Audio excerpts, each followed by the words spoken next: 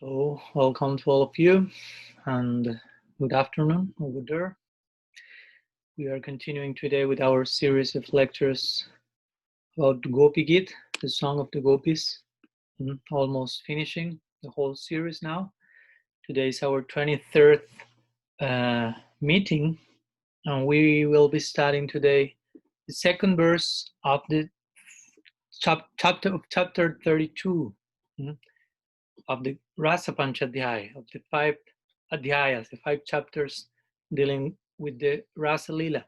Gopi Gita is chapter 31. We already finished that one.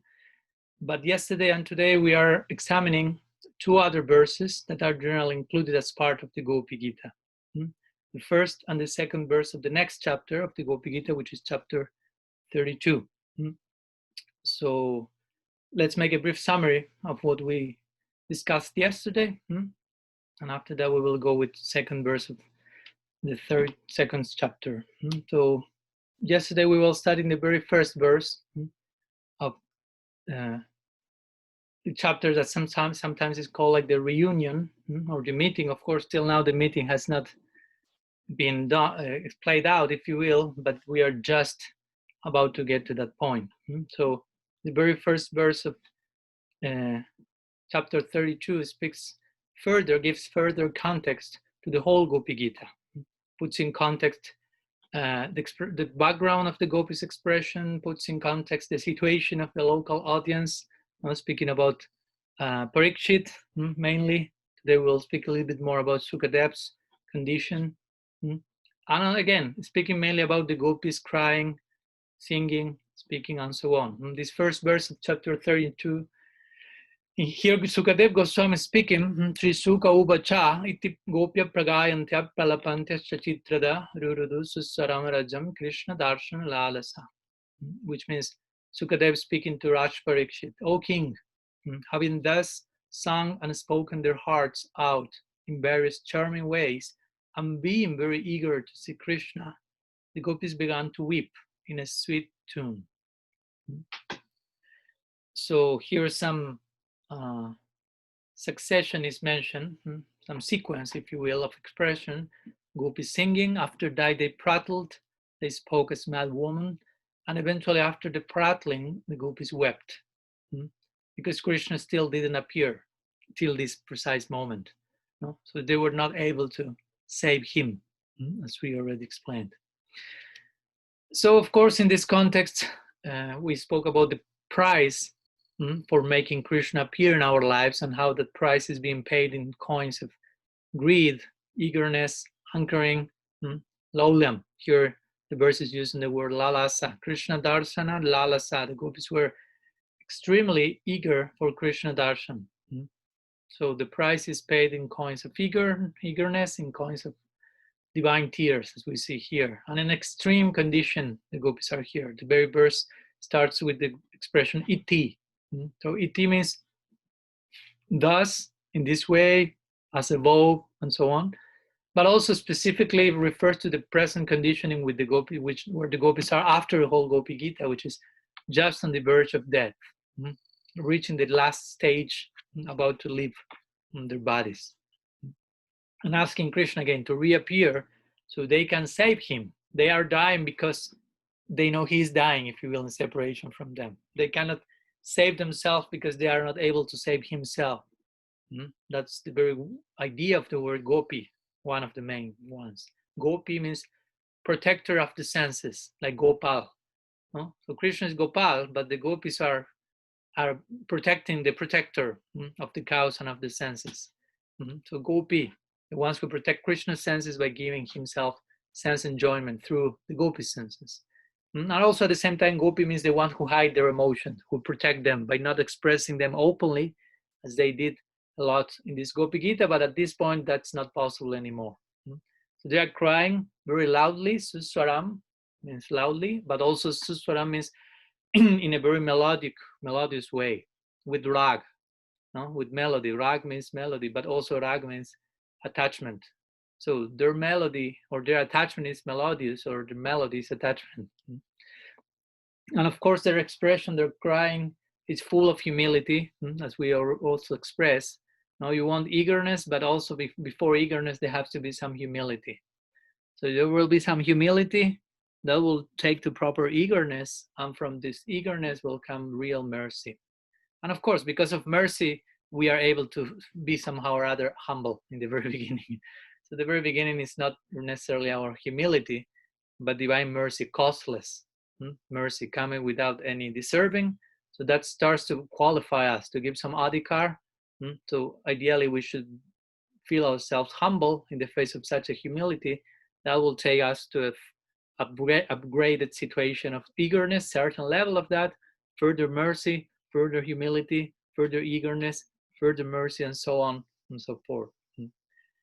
So the gopis here are expressing deep humility, and because of this, their tears, their crying is melodic, is sweet, is beautiful, is chitrada, as the verse is saying. Or Rajan. Rajan not only means king, but means beautiful.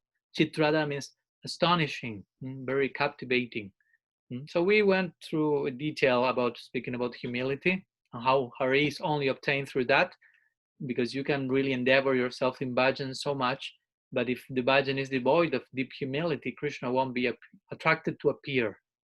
So the point is that Hari eventually appeared in the gopis midst, mainly because this deep dainya or humility, which again promoted certain type of eagerness and certain type of mercy, which will be Krishna's appearance.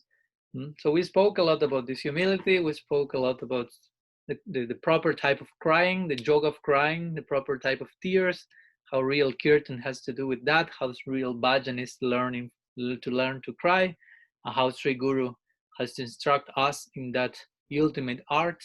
And also how at this precise point, all the gopis who were present there, many of them assembled there, took shelter in Radha Bhav, in Radha's mood. We sang the very last verse of the Gopi Gita. So all the gopis are here taking shelter in that divine supreme mood. As we know, Radha personifies all the moods in herself and more, and the other gopis personify specific emotions that are present in Radha but expressed individually whenever Krishna wants to taste only certain particular bhav, if you will. But in her, Mahabhav Swarupini, she's the very form of the greatest emotional expression. So this Gopi Gita converges in Radha Bhav. All the gopis take shelter in her. So that's why also Gopi Gita could be called Radha Gita, as we mentioned. Some other names can be there, of course, we mentioned also.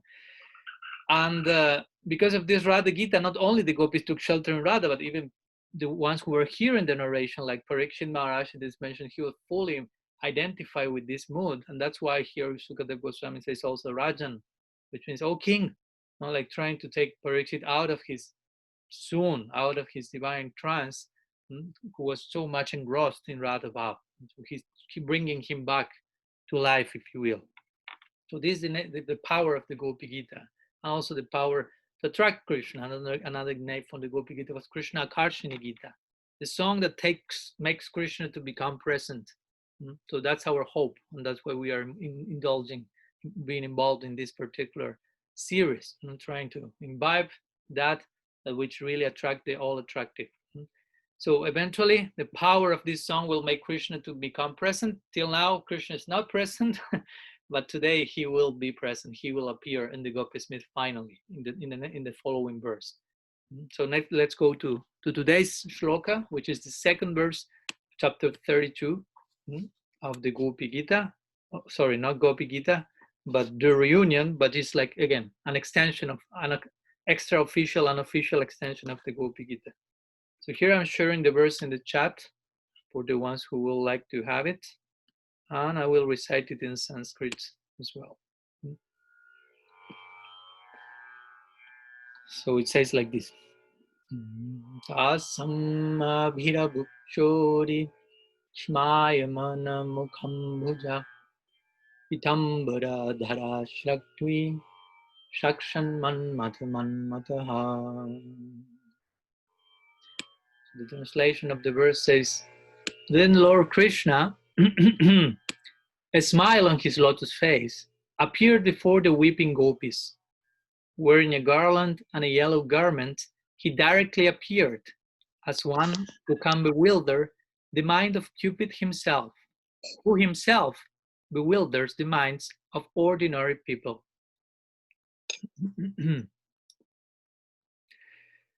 So finally, Krishna appears in the gopis' midst, as we can see here, eventually, smiling. The gopis weeping, Krishna smiling. Now we will explain that.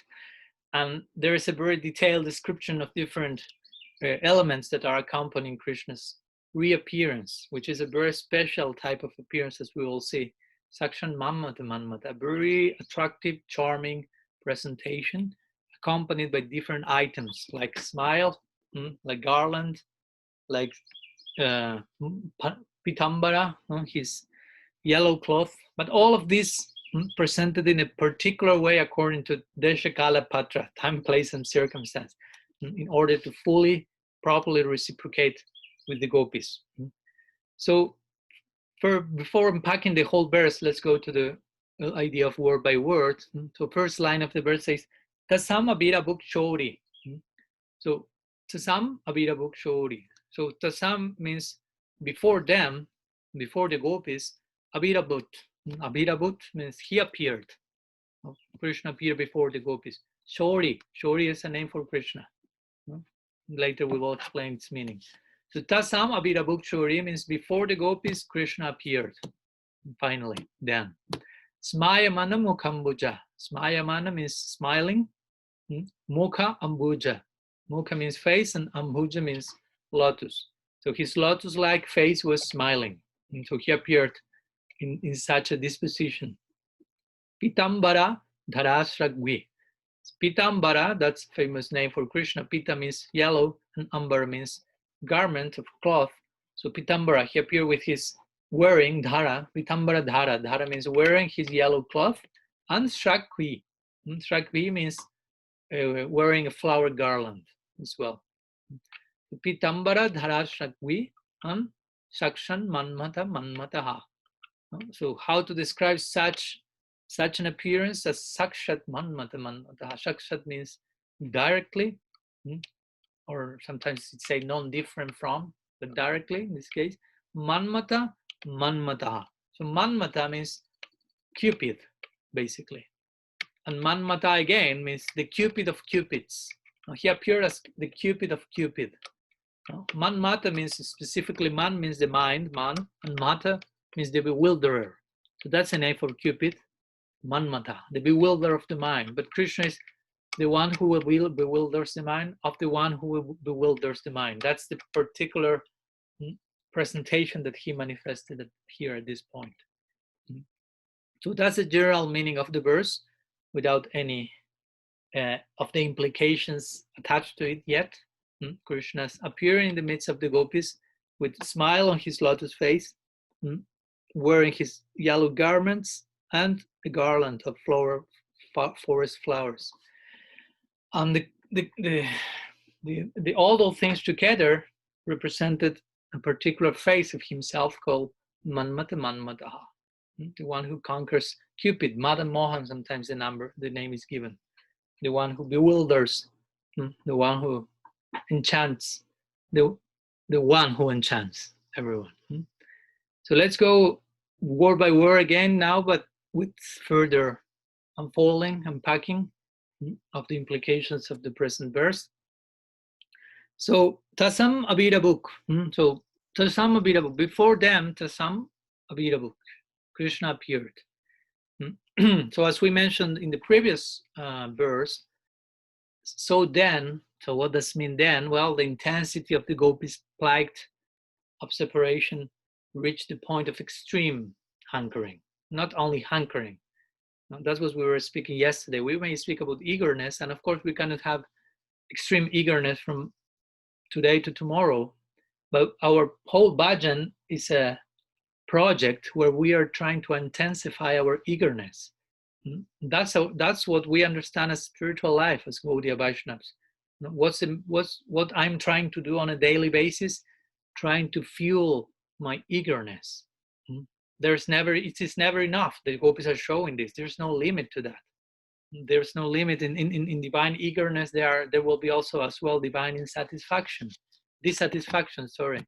And that will take to a higher level of satisfaction, and so on and so forth.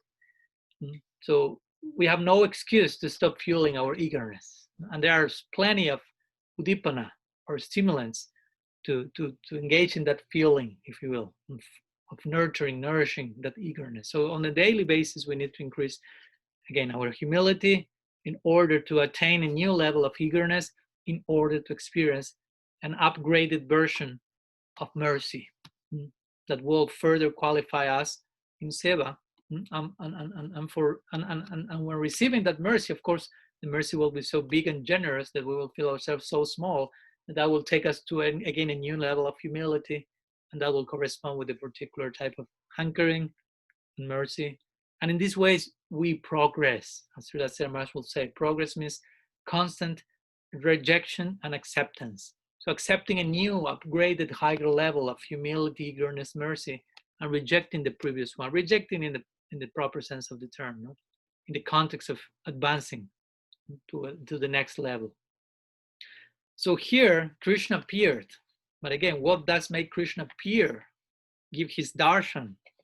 We see that this starts to occur in the life of a sadhaka in stages like Bhava Bhakti mainly.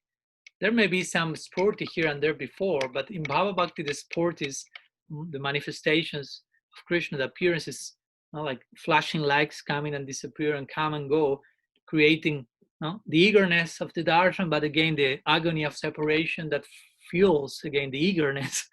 So in this way, this coming and going, eventually Krishna will be appearing on the daily basis in the eternal life of the devotee. But all this will start mainly in bhav. So we are now trying to qualify ourselves in that direction. We have to feel some type of eagerness somehow or other. But here, again, Krishna appeared fully in his full-fleshed, following the idea of Srila Siddhar Maharaj, full-fledged form, Saksham Manmata. He appeared fully, but because why? That extreme presentation, extremely beautiful and charming, corresponded with extreme hankering of the gopis. There is some proportionate reply to that. Krishna says that in the Gita, Yatamam prapadante tam statai babajamiham. Another way of translating that verse is Krishna is saying, the more, as much eagerness you have for me, I will correspond appearing in a form that corresponds with that particular eagerness. So the more eagerness, the more beautiful Krishna will manifest. So do not, if you want to see Krishna very quickly and you are not ready to pay the price, you may have some cheaper version of himself that will appear in correspondence to not too much eagerness. Just like saying somehow or other. Once someone asked Srila Siddhar Maharaj about that, they asked, have you seen Krishna? And he said, the Krishna that I want to see is not cheap. It's not easy to see. Like implying, I want the fullest, highest version of himself, and for that I have to pay a particular price. And I'm working on that, on developing extreme hankering. So this is our school of thought. Now we don't want a cheap version of the absolute. We don't want, even if someone, if the Vishnu Dutas come and say, I can take you to Vaikuntha right now. Once Guru Maharaj mentioned that in one class. Imagine if the Vishnu Dutas come right now and say, I can take you to Vaikuntha now, or you have to continue for 2 lifetimes, maybe, increasing your hankering for Braja Lila, and you go to Golok Vrindavan. So he was asking, what should you do? You will wait, you will be ready for that, or you will say, no, I go to Vaikuntha right now, and I don't have to give a thought to that. Of course, our school is, no, thank you, Vishnu Dutta, thank you very much. My pranam to Lord Narayan over there, but I don't think I will be visiting that area. I prefer to wait and further fuel my eagerness. So in this way, the point is, Krishna appeared when the plight of separation from the gopis reached the point of extreme hankering. Only then did Krishna reappear. He's not cheap, a cheap lover. So by doing so, my point is, by doing this is a very important point he's making. He's demonstrating those who hanker mean in the most desireless way, in a more selfless way, those who unhesitatingly, without hesitation, put their happiness, put my happiness, before their own, they can attain me. They can easily attain me even. Relatively easy. But there's a price again. So we have to put himself first. We have to, as Guru say, we have to be open to be part of his agenda, not make him part of ours. So in this way, Krishna was drawn by the gopis crying, by the gopis' eagerness, by the gopis' humility, by the gopis' love, by the gopis' sweetness. So here he appeared in their midst. But it is said that the gopis were crying so profusely, they were drowning in their tears, that at the very first moment, Krishna was there in their midst, but the gopis did not see him immediately because their crying was just acting as an obstacle to their vision, and they were immersed in this divine lamentation. So here we are not hearing about how the gopis reacted to Krishna, because again, they were not aware of that. That will start with the next verse. We will see how the whole story ends tomorrow and the day after tomorrow. But till now, Sukadeva is describing Krishna appeared, but still the gopis are not aware of that. They're just crying, and Krishna is witnessing the whole thing. So tasam abhirabhuk chori. So Sukadeva says tasam abhirabhuk. So in this way, Krishna appeared. And what's the name that Sukadeva uses for Krishna? That's a very important name that highlights Sukadeva's inner disposition. It's Chori. So Chori is a name that Sukadeva Goswami is invoking here as an insult toward Krishna, actually, as an insult out of anger. All this in the context of Prem Bhakti. Again, please do not misunderstand me nor Sukadeva. As one ecstatic response in his particular absorption, he's calling Krishna names here. He's calling his Sauri. Why? Because Sukadeva, now I will explain what that Sauri means, but Sukadeva now is taking the side of the gopis. He's fully engrossed in Manjari Bhav here. He's the one sharing all this to Parikshit, all this Gopi Gita. So he has, as Parikshit was fully engrossed, what to speak of Sukadeva? So Sukadeva was fully immersed in the mood of the gopis, in the mood of Manjari Bhav. So Manjari Bhav means you are partial towards your Swamini, towards your mistress. So you want to see her happy above all other considerations. So whatever or whoever is causing her some pain, you will take her side. So Sukadeva, out of indignation, is calling Krishna Shori. And so what does it mean, Shori? Shori is a name of Krishna connected to his birth, his so-called birth, if you will, or his secondary birth as the son of Vasudeva.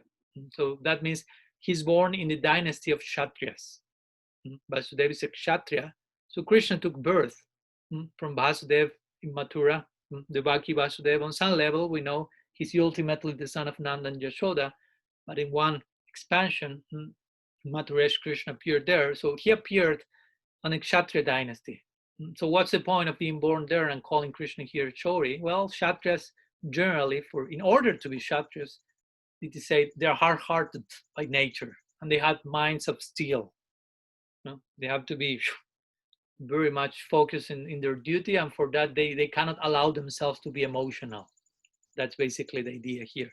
So Sukadeva Goswami is implying that Krishna is displaying all this characteristic of being cold-hearted, still-minded, by giving sorrow to the gopis, not being fully empathic with them.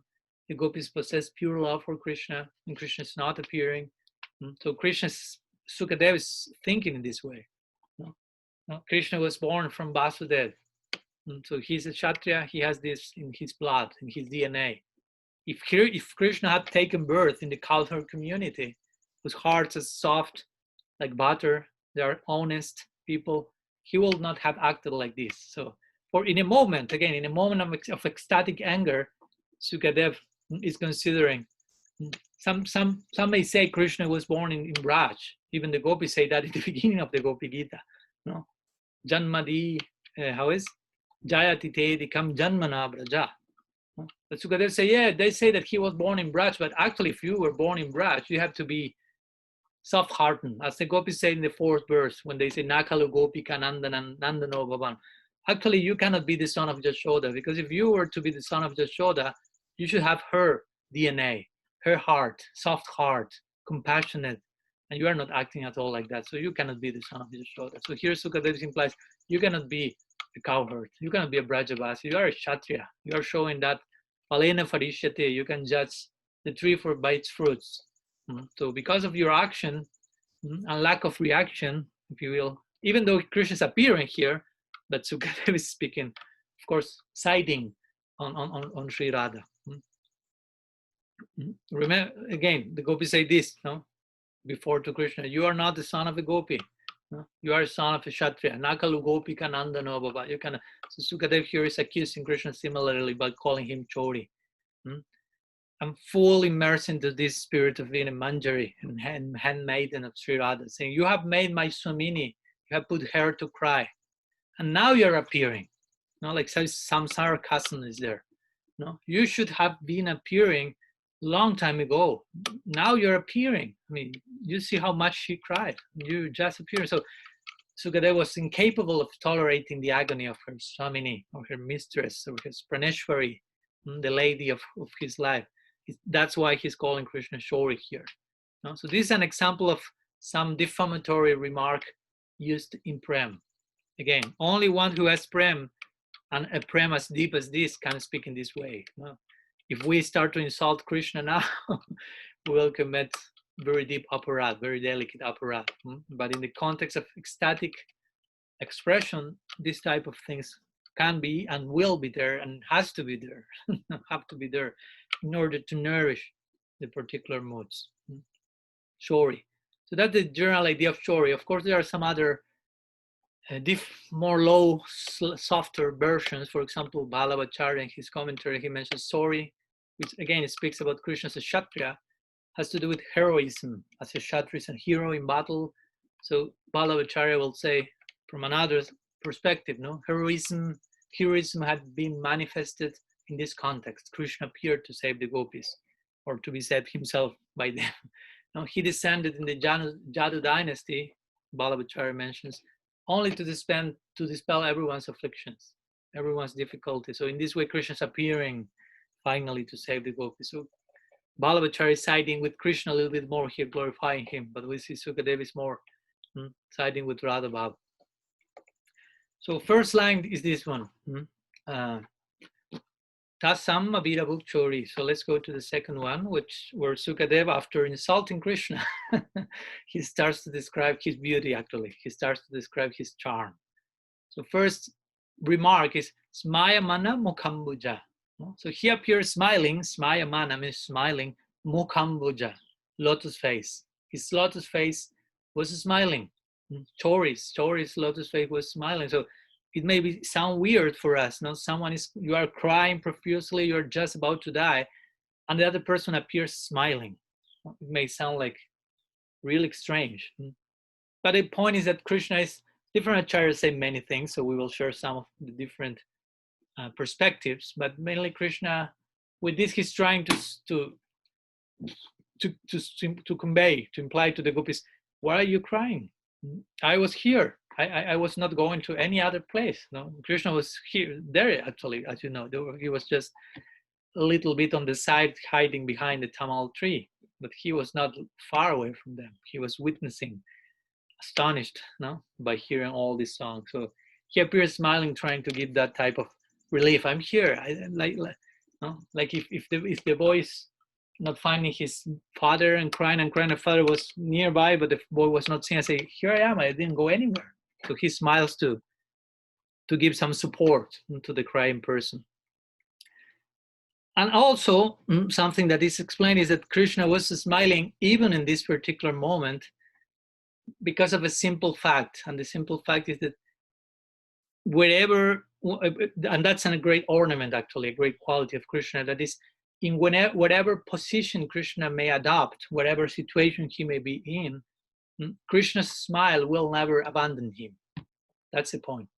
No? Krishna's smile, it is poetically described, will be always resting in his face, always will be him. In times of affliction, times of joy, times of whatever emotional context is there, Krishna will be smiling somehow or other. Of course, there are different smiles as well, but he's always smiling, like giving a particular type of positive input to whatever situation he may be in or we may be in, giving particular type of hope, support, and so on.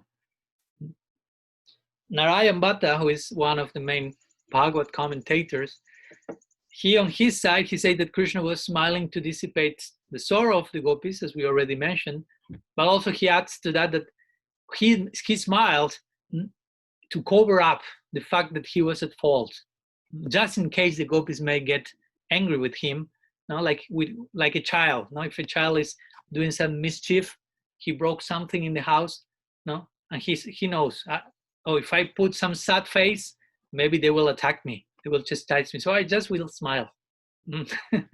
But behind that smile, there was some mischief. So somehow or other, Narayan Bhatta mentions Krishna knows, even though, as we all know, Krishna did all this with a particular purpose, but on some level, and as we will see, he was not actually happy for the whole situation. He was suffering as well.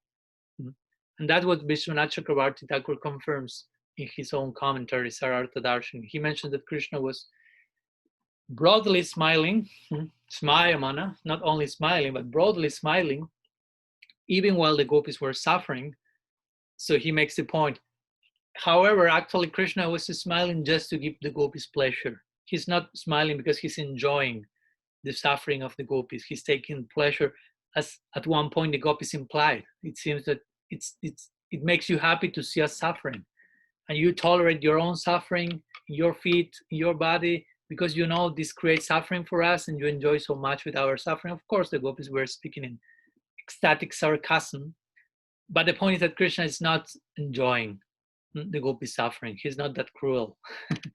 And this will be clear after this verse in the remaining of the chapter, where the gopis and Krishna will speak, and the gopis will ask Krishna, what type of lover are you? You reciprocate in a very particular way. So at that point, we will see that he's not one of the types that is the ungrateful one, and so on. So Krishna is smiling to give the gopis pleasure. And Vishwanath Chakravarti Thakur mentions, although Krishna's lotus feet is blossoming with a smile in a very beautiful and charming way, the suffering of the gopis pained his lotus heart. His lotus feet was smiling, but his lotus heart was suffering actually. Because again, he was empathic with the gopis situation, the same way that the gopis were totally selfless, self-forgetful of themselves, and totally absorbed in what's going on in Krishna's heart. Krishna, of course, is also reciprocating in that pure way. So he knows the gopis are suffering in a particular way, and I'm suffering because they are suffering, and that's why I'm reappearing. So he was smiling, but his heart was suffering by being totally, if you will, empathic with the gopis' experience. So this is the second line of the verse. Shmayamanna Mokhambuja, which explains how Krishna appeared smiling, but why, which is the background to that smile. So then let's go to the third line of the verse, which is Pitambara Dhara, Shragvi. But before going to Shragvi, let's analyze the first thing, that is Pitambara Dhara, which means he appeared wearing Dhara, Pitambara, his yellow garment. Pita, yellow, Ambara, garment. And Shragvi also refers to the garland, but let's wait 1 minute before going to the garland. Let's focus for a minute in this expression, Pitambara Dhara. So Krishna appeared wearing his yellow garment, his yellow cloth. So in his aesthetic Vedanta, Srila Guru Maharaj mentioned some nice words in this connection. He mentioned that in this way Krishna smiled, in connection to what we also mentioned before. Krishna smiled as if to say that his disappearance was all in jest. Like, I'm here, I didn't disappear actually.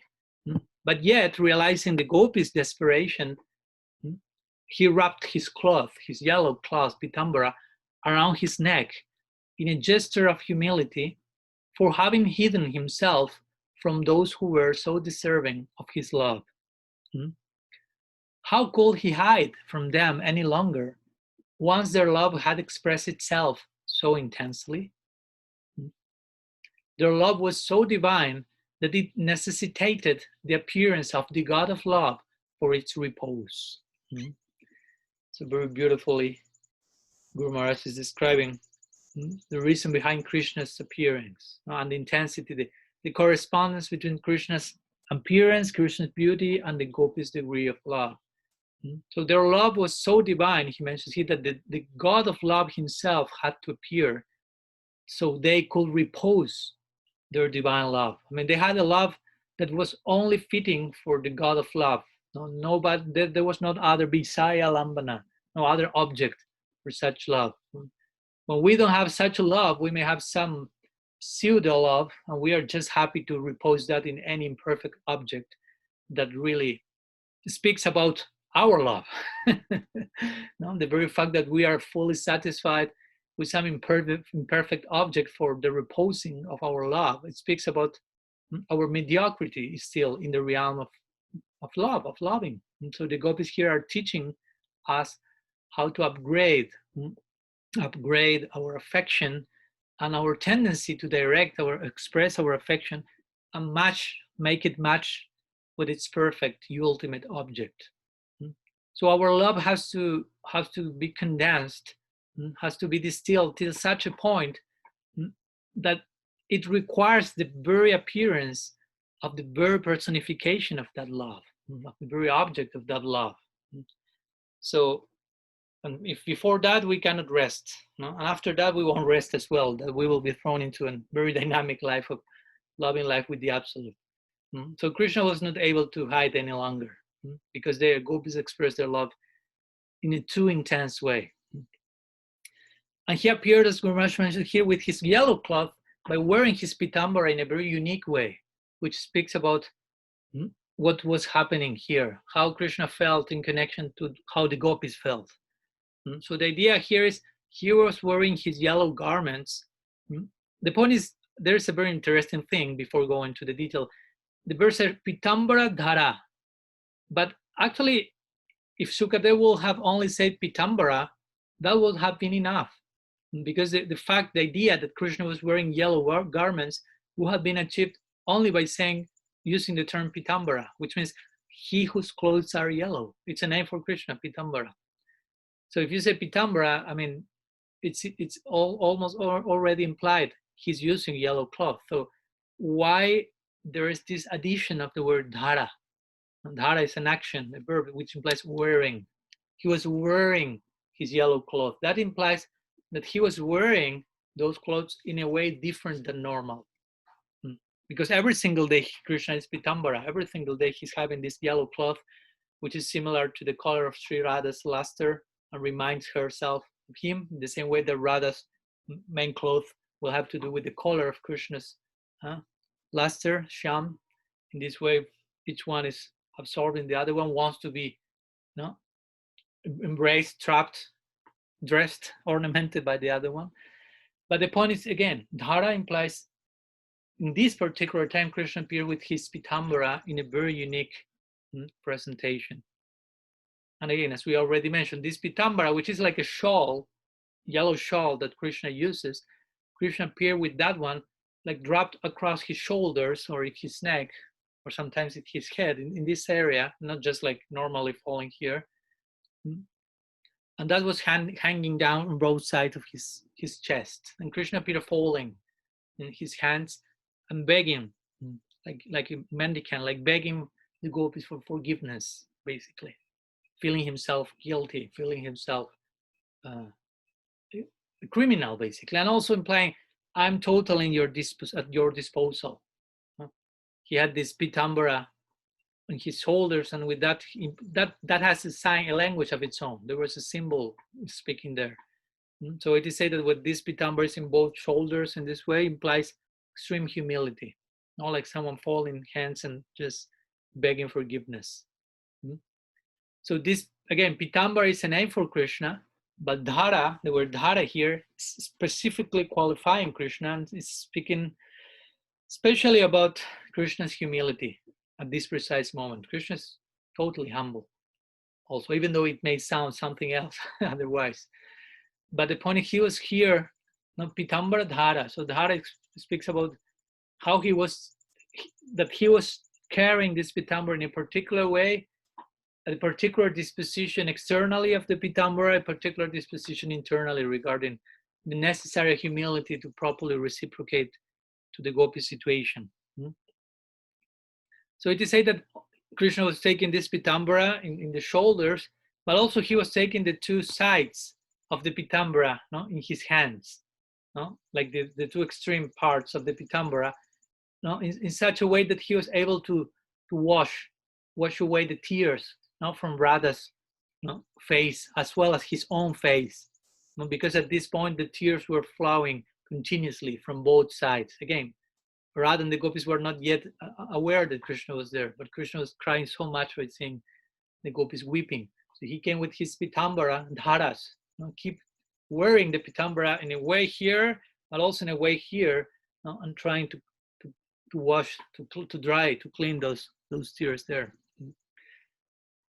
Narayan Bhatta, on his side, he also understands this idea of pitambara dhara, like Krishna was covered, his entire body was covered by this yellowish clothing to hide, Krishna wore that to hide his own goosebumps, like horripilation, like ecstatic, the hairs of the body being raised, because again, he was ecstatic by seeing the situation of the gopis. The gopis were pretty ecstatic at this point, particular type of ecstasy, so Krishna became affected by that.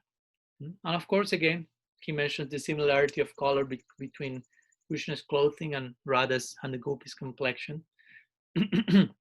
So in this way, pitambara dhara, Krishna appeared with his shawl, his chadar on his neck in this particular disposition, implying I'm a criminal.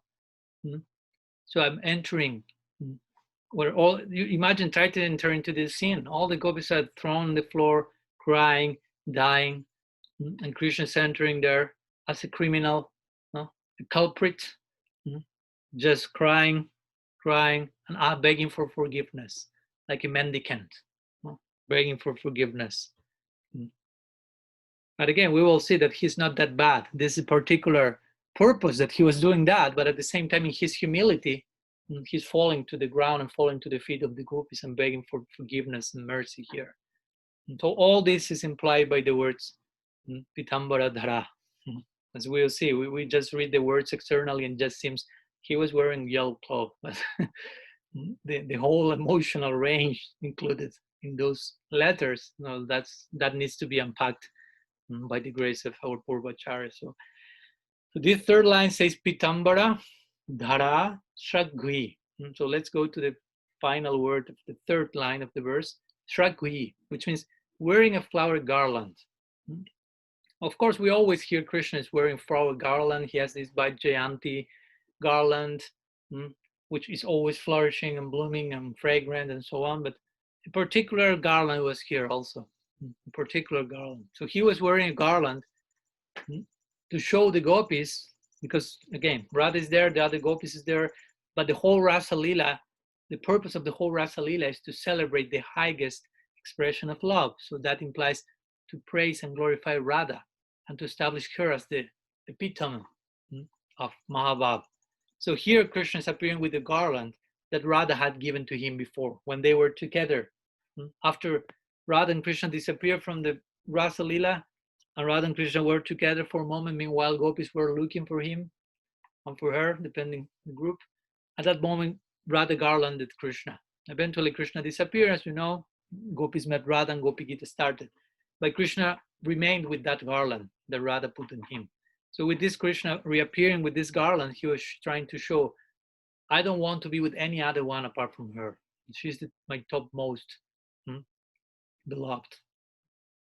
So also, not only Krishna showing the garland to the gopis, still they are crying, they're not seeing that, but they will see that, but also Krishna showing the garland to Radha herself, to Sri Radha Thakurani, that implying, no, please do not think that I'm separated from you at any moment. This is my testimony.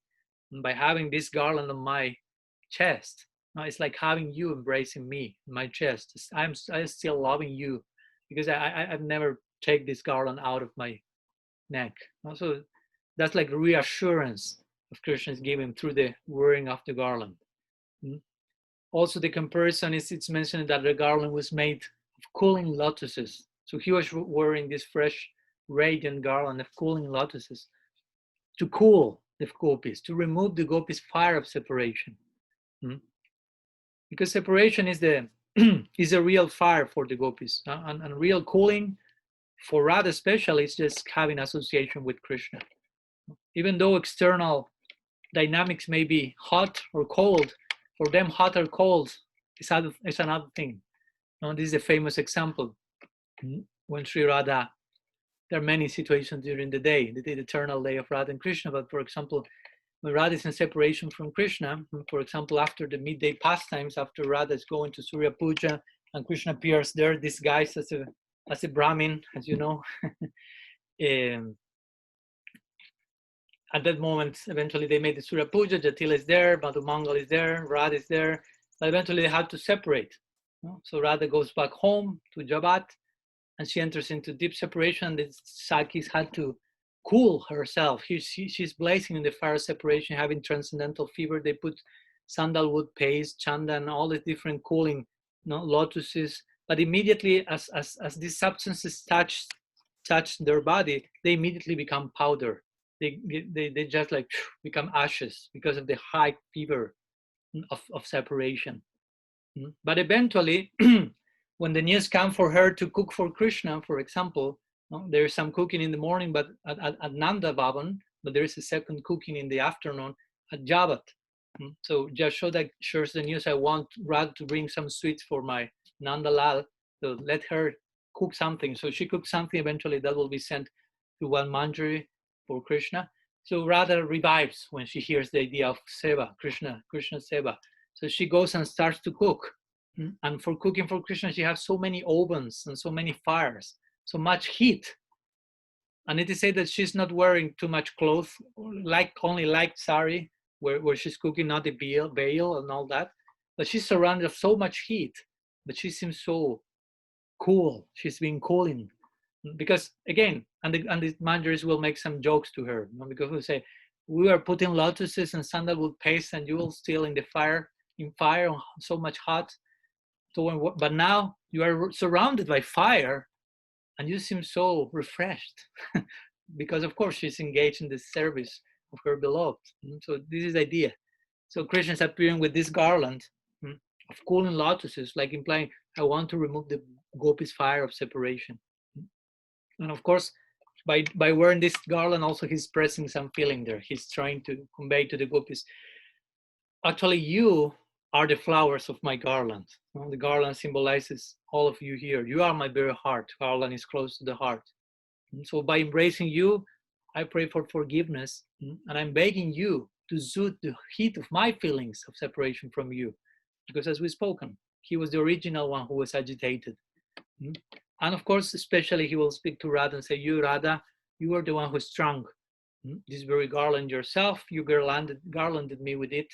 So this, I'm displaying my eternal gratitude by wearing it upon my heart forever. So that's an eternal garland, if you will, an eternal disposition of Krishna towards Radha. So all this is implied with the idea Shragvi.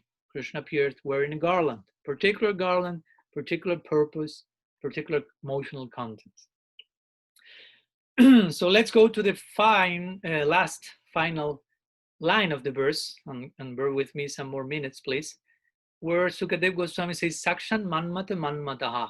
Krishna appeared directly as Cupid himself. The Cupid of Cupid, sorry. Manmata is Cupid, and Manmata is the bewilderer of the mind, of the bewilderer of the mind. And Sakshat means directly.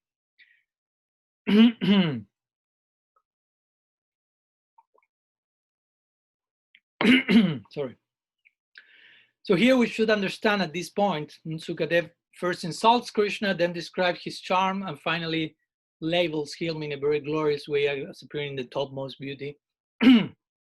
So we should understand that when Krishna appeared before the gopis here, he took this particular form as the conqueror of Cupid, bewilderer of Cupid, Manmata Manmata, revealing his own full-fledged enchanting sweetness in order to complement, to compensate for the gopis' intense sorrow. So in order to make the gopis forget all the suffering they were going through in the Gopi Gita and so much, he appeared in this particular extra special enchanting form. So Manmata means the one who conquers Cupid. Of course, who is Cupid? We need to speak about that in order to further understand Krishna's appearance here. So Krishna is the one who conquers Cupid, and Cupid is the one who conquers us all in this world, basically. There's even a poem in one in Hindu epic which speaks about the time of the year when dogs are having intercourse. No? So some old dog appears there. There's many dogs, and there's one lady dog, no, and and all the dogs want to be with her. And some old, sick, almost dead dog appears, but even though he's almost to die, he's running behind this young lady dog. So this poem is glorifying Cupid. It says, "I bow myself to Cupid, who is not leaving even this poor dog." No, his influence is everywhere in this world, of course. So Cupid. But Krishna is the one who enchants, such an enchanter, such a powerful flower arrow shooter, if you will. So Sakshan Manmata. Manmata means actually the Cupid we know in this world is like a distorted, diluted version of the original Cupid, who is Krishna himself. Cupid may bewilder the whole world, but when Cupid came to Krishna, this is, this narration, the scripture, Cupid tried to bewilder Krishna, to Cupidize Krishna. But the mundane Cupid, I'm speaking here. So Cupid went and wanted to enter the Rasa Lila here. He saw, oh, there's a young boy, middle of the night, autumn, full moon, lots of ladies. That's a perfect moment for me to create my shower of flower arrows and conquer all of them with lust. So Cupid wanted to go there, and he tried to shoot his arrow. And when he started to shoot that, he was just trembling. And he felt in a zone and became actually struck by his own arrows, if you will, of love, and fainted in total bewilderment after seeing the enchanting beauty of Krishna. That's why another name for the Rasa Lila is Kambijai. Kambijai means the victory over Cupid. Cupid became defeated here, or it may mean the victory of Cupid in the case of Krishna being Cupid, and conquering, defeating Cupid himself.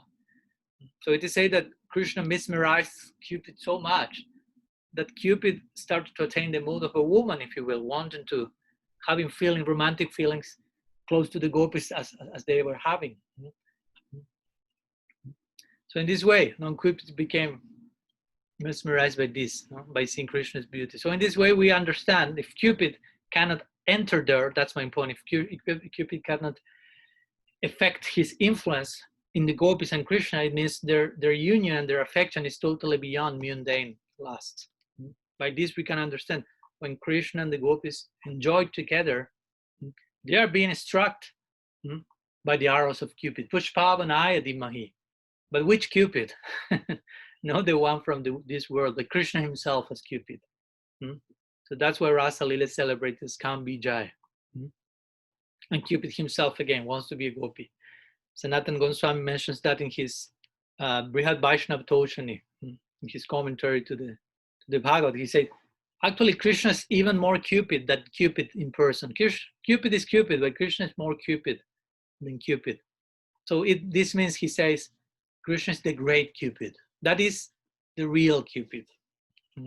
And that's why he says, he finishes his commentary, Sanatana Prabhu, by saying, for this reason, one of Krishna's names is Sri Madan Gopal. One name is Madan Mohan, which means the one who conquers Cupid. Madan means Cupid. Mohan means who bewilders. But here he's called Madan Gopal, the cowherder Gopal, who is Cupid himself. Madan Gopal. So another word for Cupid is Kamadev, as you know, the god of desire. And here there are two words that are not explicitly in the verse, but are concealed, if you will, in the term Sakshan Manmata, directly Cupid, which are Vyashti Kamadev and Samastri Kamadev. So Kamadev means Cupid, and Vyashti and Samastri, as you know, Samastri means like macrocosmic, and Vyashti like microcosmic, like this principle of guru, Samastri Guru, Vyashti Guru. So the Vyashti Kamadevs, the localized, if you will, agents, individual agents, are the Kamadevs who exist in different universes, the ordinary Cupids. They're the Vyashti Kamadevs. Now it is said that Samastri Kamadev, the aggregate of the whole principle of Kamadev Tattva, if you will, the Cupid department, sometimes is referred to Pradyumna. who is Krishna's son. And of course, if Krishna's son is Cupid, considered as Samashri Kamadev, so the original, ultimate Adi Kamadev, Adi Cupid is Nandanandam himself, Krishna in Braj. And that's the idea here with Shakshan Manmata. He's directly Cupid. Directly means he's the original one. Krishna Stu Bhagavan Swayam, and he's also the Swayam, the original Cupid. And there are some examples in the scriptures about Krishna's cupidity, if you will. The extraordinary cupidity of Krishna's present appearance in comparison. For example, when Krishna displayed his Mohini Murti, which has to do with bewilderment, he bewildered Mahadev, the greatest, topmost self-controlled yogi in his form of Rudra. He bewildered him in a very extreme sense, appearing as Mohini Murti. But it is said that Krishna's form here as Sakshan Manmata is displayed only in the Rasa Mandal, only in the circular dance in this particular context. Even though Mohini Murti was bewildering enough as to put Kamadev to Mahadev, to abandon his meditation and just run after her in front of his wife Parvati, in front of all the devas, running naked and losing semen in the way, very, very shameful situation. Of course, was Krishna himself wanted to make a point there. But he appeared in such a bewildering form, but it is said that even beyond that, the bewilderment and the enchanting presentation of Krishna here with the gopis is topmost, the highest one. And this is also confirmed in Chaitanya Charitamrita. Krishna Das Kaviraj in the Adi Lila, in the fifth chapter, he speaks about Madan Gopal as the chief deity of Vrindavan. So he said, Madan Gopal, the chief deity of Vrindavan, he's enjoyer of the Rasa dance and is directly the son of the king of Raj, Krishna, Nandanandam. And he enjoys Rasa dance, Rasa Lila with Sri Radha, Lalit and others, and he manifests himself as the Cupid of Cupids. So all along the scripture we find this idea, even in the Gopal Tapani Upanishad, this is described, Krishna is described there as the Kamadev, as the Devata, as the Ishta Devata of the Kam Gayatri. Each Gayatri has some mantra, has some Devata, some deity. So he's described as Kam Gayatri, and he's described as Kam Gayatri having 24.5 syllables, which correspond with 24.5 moons that are present in Krishna's body. It is said that 10 of those moons are Krishna's 10 fingers in his hands. Another 10 moons are his 10 fingers in his foot. There we have 20. It's 24.5. So he has his 2 earrings are 2 other moons, 22. His whole face is 1 moon, 23. His tilak is 1 moon, 24. And his how do you call this part of the body? This. Someone may take the microphone and help me, please. This part. I have the dictionary here. Forehead. Thank you. So his forehead is the half moon. Well, he has some half moon forehead there. So some way of symbolizing, explaining, connecting Kam Gayatri with Kamadev and Krishna being the Ishta Devata of such mantra. Jiva Goswami, just finishing in his Lagu Vaishnav Toshan, in his commentary to this section, and the Bhagavad, of course, he mentioned that this form, Manmata, the bewilderer of the bewilderer, is the topmost male alamban in Sringa Ras, and cannot be realized by any other type of bhakti apart from the one exhibited by the gopis. So alambana, you have to remember this technical term by Rupa Goswami when we speak about rasa, the ingredients of rasa. One of the 5 ingredients of rasa is vibhav. Vibhav is divided in 2, alambana and udipana. So alambana, you have 2 of them, Vishaya alambana, Ashraya alambana. So Vishaya alambana has to do with the object of love, as we mentioned before, and Ashraya alambana with the vessel of love. So Krishna is the topmost male alambana, or object, for Sringa Ras, for the romantic mellows, for the romantic mood. He's the topmost, because there are other figures, there are other nayakas, there are some other forms of Krishna himself even, because we know there are so many Krishnas, even in Vrindavan. I got to speak about Hadha Vrindavan, Krishna in Braj, Krishna in Mathura, Dwarka, and so on. But this Krishna in Vrindavan, in this particular precise moment, appearing before the gopis, he's the ultimate topmost expression of alambana, Vishaya alambana, the object that corresponds with romantic love, the topmost expression of that. And again, he mentions that cannot be realized by any other type of bhakti apart from the gopis. So he's speaking of the Vishaya, Ashraya Lambana there, the vessel of love, which is the type of love that creates that type of object of love. One is corresponding with the other. A particular type of love creates a particular type of object of love.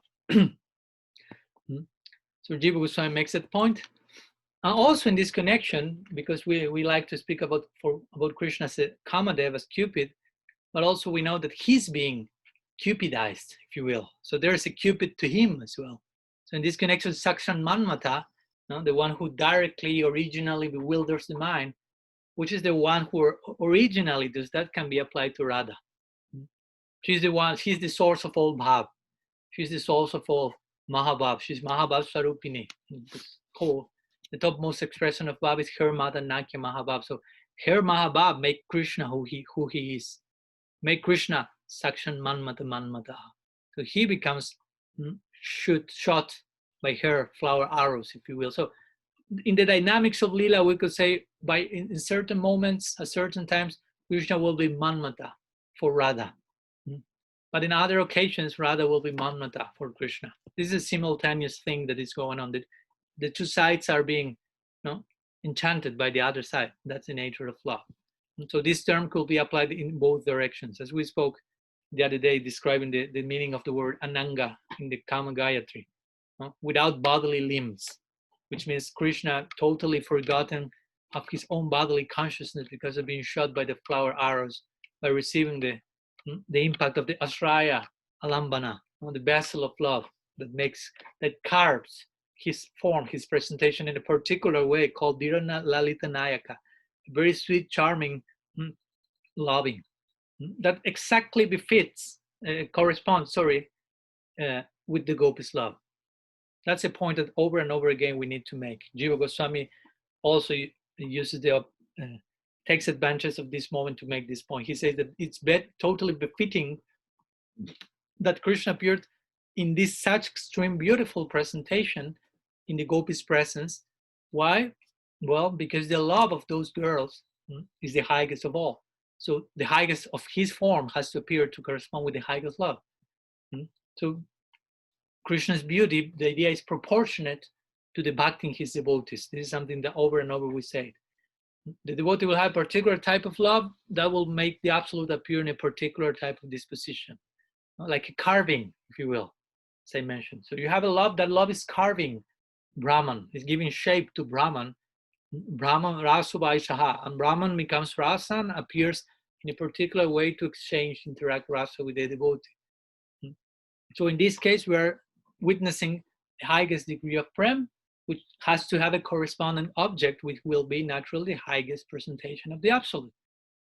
Jiva Goswami quotes a famous verse of Sri Uddhav, his Uddhav Gita, the first of his famous 6 prayers before leaving Braj. So in this verse, Uddhav is saying, Itam param tanubrito bhuvi gopavado govinda eva nikilatma nirudhavava vanchanti yat bhava viyamunayo vayamcha kim brahma janmavir ananta kathara sasyaha. So Uddhav says, Itam param tanubrito bhuvi gopavado. Of all human forms of life, these gopis have achieved their ultimate success of that. Why? Govinda eva nikilatmani rudhabhava. They have attained Ruda Bhav, extreme love, and unalloyed love for Govinda. Govinda Ivani Kiladmani Ruda Bhava, Banchanti Yat Bhava Viyomo Nayoba Yamcha. And that love, that achievement is hankered by, is desired, Banchanti Yat Bhava Viyomo Nayoba Yamcha, by devotees, by sages, by ourselves as well, general devotees, special devotees, all of them are appreciating the gopis' love. It's not that all of them want to become gopis. Uddhav is a famous case. He's praying eventually after this, I want to become a blade of grass in Vrindavan to be blessed by the gopis, but he doesn't want to achieve Madhurya Bhav. But he wants to be affected by the emotional intensity of the gopis in his own particular relationship to Krishna. So everything is revolving around this Madhurya Bhava of the Gopi. Everything is serving that in a particular way. Kim Brahmajan Mavinananta Katarasasya. He ends the verse saying that. For one who has a taste for speaking about these things, what's the purpose of being born as Brahmana or Brahma himself? And if one don't have a taste, what's the purpose of being born like that? The whole thing is trying to develop a taste for appreciating this type of love. So that's the conclusion here. So in this verse, Sukadeva Goswami is describing Krishna appearing in a topmost beautiful way, but indirectly he's speaking about the highest degree of love of the gopis, which force Krishna to appear in a corresponding way. So Krishna will appear as Sakshan Manmata Manmataha, because the gopis' love are carving that form. So in this way, Sukadeva Goswami is describing the beauty of Krishna in this moment. Or again, indirectly, he's describing the beauty and power of the gopis' love, and very especially, of course, of Radha Bhav. As Prabhupada will say, when Krishna is next to Radha, he's appearing his most beautiful presentation. So in this way, also, what's the point here that Charyas mentioned? Sukadeva Goswami is describing directly the beauty of Krishna, indirectly the beauty of Radha. He says, they say, in order to bring this enchanting form to the heart of the reader, to the heart of the audience, so that it will ultimately manifest there in all of your hearts. So let's pray, closing, putting to rest our session today. Let's pray that this may happen someday, that this beautiful eternal scene may manifest in our heart, not only in the context of mantra maya upasana, or this worship that we have only one frame of the movie, but swarasiki. Now, when that frame starts to move and becomes a whole eternal and ending dynamic. So here I will finish today with this second verse of this chapter 32, which is again, this and the previous one have been connected by all acharyas as part of the Gopi Gita, an extended, an official version of the Gopi Gita, if you will. So in a more substantial way, we are finishing today our Gopi Gita, but also we will have 2 more meetings tomorrow and the day after tomorrow, when we will just close this whole section, close the whole Rasa Panchadhyaya, the 5 chapters about Gopi Gita. So in our last 2 talks, we will describe what happened. Okay, Krishna finally appeared. Okay, but what happened there when gopis realized that, which interaction they have, how he reciprocated with the gopi song, and how the whole Rasa Lila concluded. So tomorrow we will see the remaining of the chapter 32. Today we saw only 1 verse, and yesterday 1 other verse. So we have some remaining verses. We will complete the whole chapter tomorrow.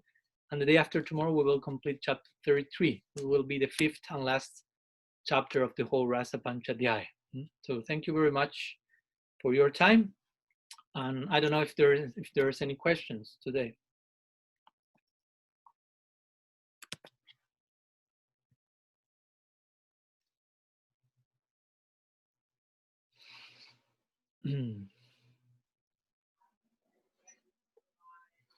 Hare Krishna Maharaj, it's Kanu Ram here. Yeah. I have a question for you, and this is, I hear you're explaining that the gopis' love at the mood of the rasa dance brings out the very best part of Krishna. It carves the highest form of Krishna. And I was thinking the other day, and you'll have to forgive me for my position. This is sort of a conjecture, but is there a similar thing that happens at the lifting of Govardhan Hill? Because everybody's there, all the Brajbasis are there, and all their moods of love are manifesting, and they're all there at once. Is there a similar corresponding high form of Krishna because everybody's there? Makes sense? Does my question make sense? I think, yeah. Well, first of all, I want to make something clear that I think it's already clear for you.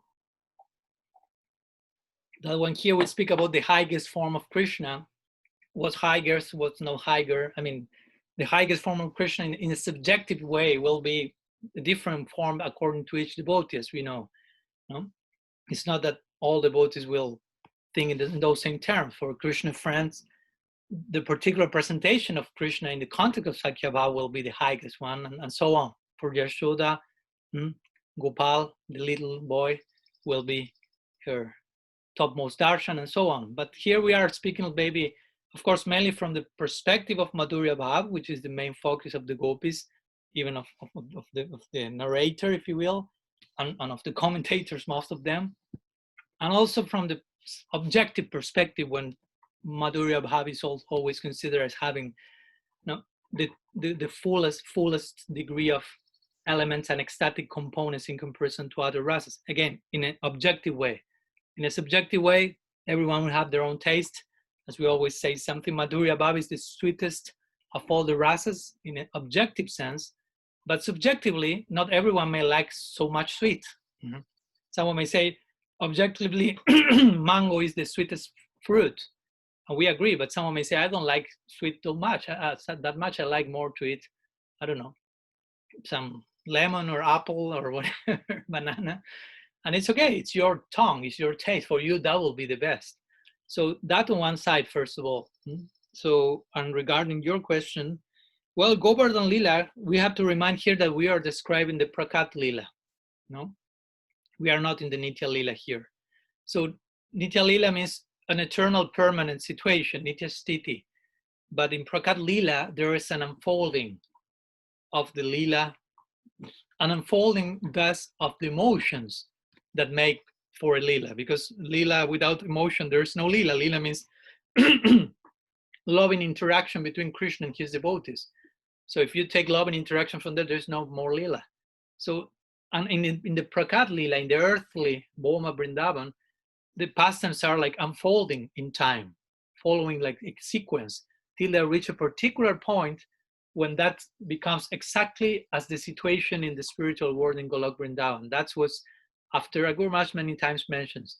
Now, after Krishna kills Aristasur, after the Radha Kund and the Shama Kund are manifest, and certain meetings are taking place there. Now that's not happening yet. So when that's happening, that's the situation that most resembles the dynamics in Golok Vrindavan. That's called the Nitya Sthiti, the eternal permanent feature there. So Guru Maharaj will say, stop there. No, don't continue with the movie and Krishna going out of Mathura and Dwarka. That's something more.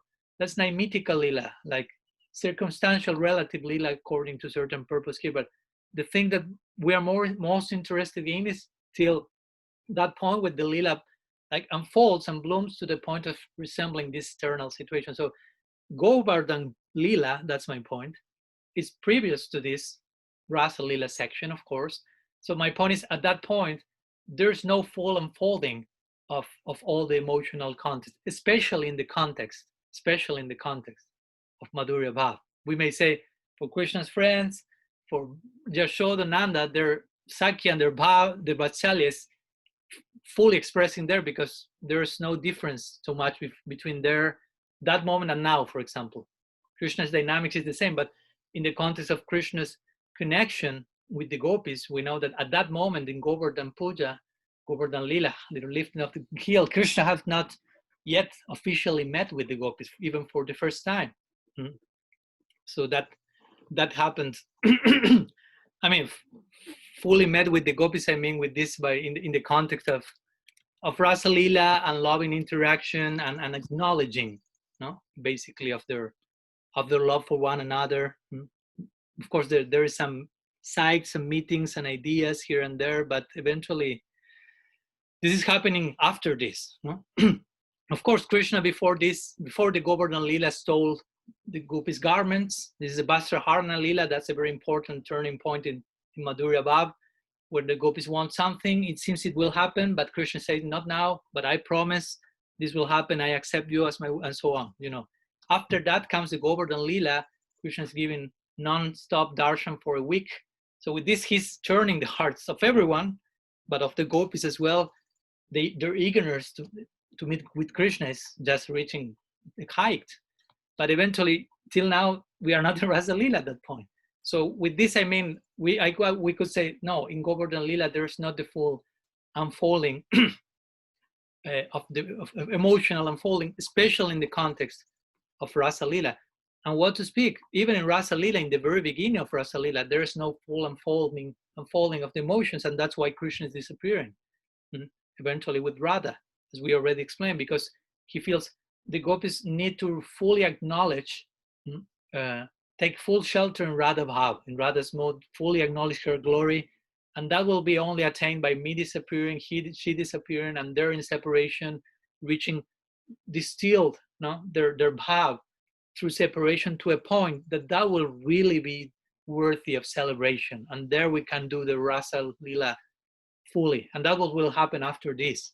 So till now, even till this point that we are now here, the full unfolding of Rasa is not there. Again, mainly connected to romantic feelings, connected to friendship and motherly, fatherly emotion. That's already in place in the unfolding of the Lila, because again, the unfolding of Vatsalya has to do with Krishna being Kumar.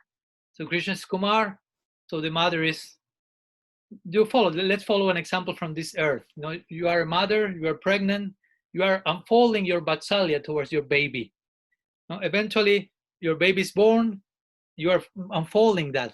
He continues growing, but there's a point where you remain in a particular emotional disposition toward your baby, even though he's 45 years old. But the very first years, the mother was just like experiencing different levels of unfolding of her Vatsalya, of the father. Eventually with the friends, that comes in the Poganda age, as you know. So there's some unfolding in the experiences, in the friendly experiences, sharing and playing, and this happens to Krishna as well, of course. But at this time, Madhurya is not yet fully in place. That comes with the Kishore age. So that starts to confirm with this Gopi Vastraharana Lila, Govardhan Lila, even the chastisement of Kaliya when he's dancing on the hoods of the serpent and Krishna is giving darshan to the gopis. I'm Nataraj, I'm a very nice dancer, so hopefully we can dance together as well. So again, the romantic sensibilities are just arising there and developing more. And here Rasa Lila is the moment when it finally, gets in place. And of course, as we will see, or as we may see starting the Bhagavad after the Rasa Lila, it continues to unfold again to this point that the gopis get united with Krishna every single night. After this first Rasa Lila, there's Rasa Lila every night celebrated, but eventually they feel the desire to join Krishna during the day. But at this point, it's not happening. So that will happen with Radha Kunda, Shramakunda manifest, and there we have the Madhyan Lila, the midday pastimes, where Radha and Krishna and the gopis meet during the day. And there we reach the final unfolding, if you will, official unfolding of the feelings in the context of Madhurya. We reach the Nitya Sthiti, the eternal permanent situation connected to Golok. And that's it. Of course, in the midst of that, emotions keep unfolding and developing in a particular way. But well, I think I made my point clear, I hope. Yeah, thank you very much for the clarification. There's a lot to the story, backstory, and the whole context. And yeah, context is everything. So thank you very much. So anything, another question? I have a question, Maharaj. Yes, Sumati. At one point you were saying how Shukadev Goswami was fully immersed in the mood of the gopis. Yeah. And I thought I heard you say at one point Manjari Bhav and then at another point Radha Bhav. So is it both or is it? I mean, when I say Radha Bhav means if you are in Manjari Bhav, you will be, as a byproduct of being in Manjari Bhav, you will be immersed in Radha Bhav because you will be empathic to the experience of Radha. In that sense, I meant. I'm not speaking Okay. Similar to Mahaprabhu being Krishna wanted to experience Radha Bhav, but the Manjaris experience Radha Bhav every single moment in the sense of attaching themselves to Radha and in a vicarious way, receiving her experience in some way or another. So in that sense, I meant that he was connected to Radha Bhav. But all of these gopis aren't Manjaris, or? No. Yeah. No, okay. I mentioned that. I think Mahar asked that some days ago. Actually, there's no official confirmation of the presence of the Manjaris there in an overt way in the Bhagavatam. Mainly the Rasa Lilas you see mainly speaks about Naika Bhav, the mood of gopis wanted to unite with Krishna. We are not very overtly clearly reading about Manjari Bhav, but by certain lines here and there. But when we say when when Krishna left with Radha, some commentators mention Rupa Goswami speaks also in his, I think, Utkalika Valari and Kavi Karnapur. Also, he speaks in his Ananda Vrindavan Champu, his commentary in the 10th canto. He speaks about Anucharis, which means like maid servants, basically, were there. No? So accompanying Radha when he was with Krishna. So it is suggested by the Acharyas, but it's not overtly said in the Bhagavad. There were even Manjari. What to speak of saying all of them were Manjaris? Of course not. As we mentioned, there are gopis from all parties. But at one point, again, Radha's emotion reached a point that all of them somehow or other took shelter of her in that particular moment. Okay, something else before finishing?